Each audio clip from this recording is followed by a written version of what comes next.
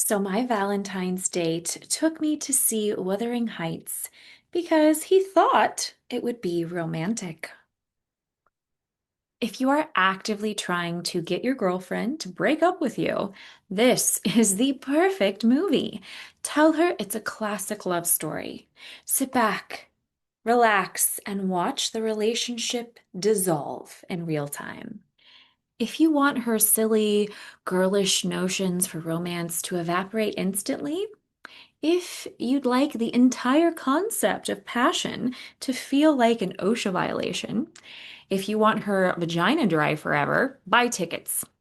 Nothing says I cherish you like 2 hours of emotional sadism on a windy hill. This movie doesn't just kill the mood, it salt burns the earth where the mood once lived. Heathcliff, a brooding orphan brought into a wealthy household, forms an obsessive bond with Catherine. That unhealthy attachment mutates into jealousy, possession, revenge, and emotional cruelty. Everyone spirals. The wind is furious. No one heals or evolves. The main character dies. That's the Valentine's vibe.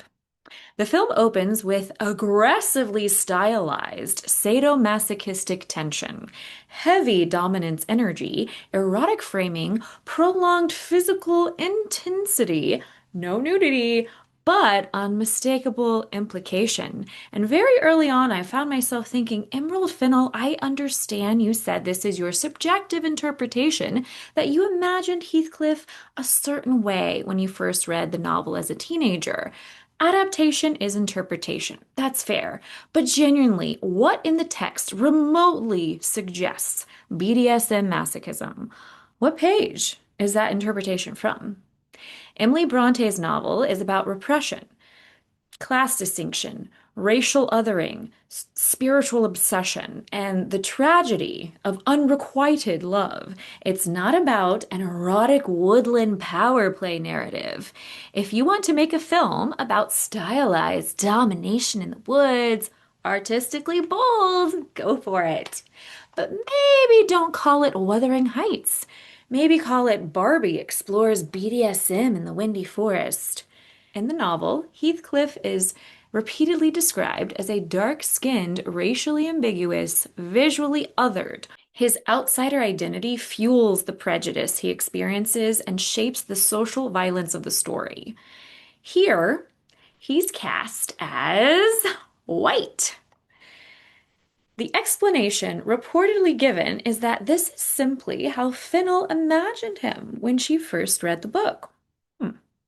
But his racial otherness in the novel isn't decorative. It's structurally significant.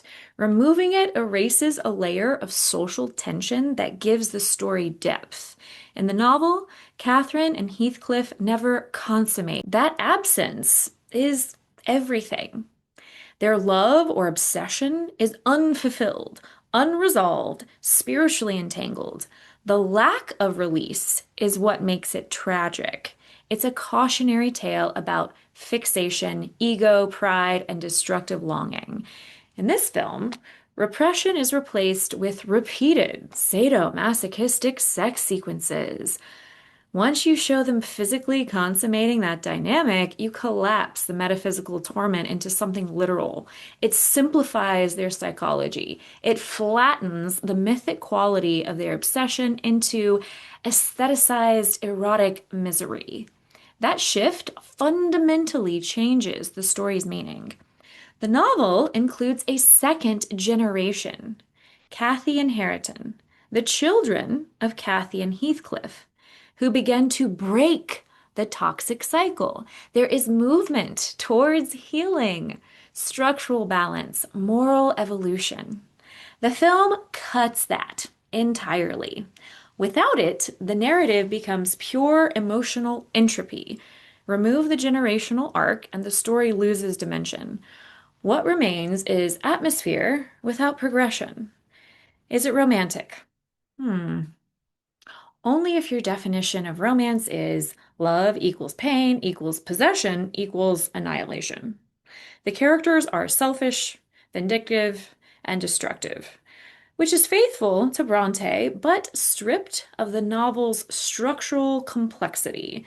Their toxicity feels less tragic and more monotonous. It's painfully slow, bleak. It is deeply committed to mood over narrative architecture. Visually atmospheric? Sure. Textually faithful? Highly debatable.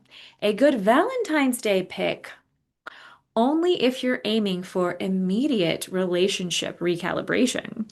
If you're looking for a film that says love is growth and partnership, this will instead scream attachment is a trap. If you want your partner to question whether romance is just a toxic social construct, this is your film.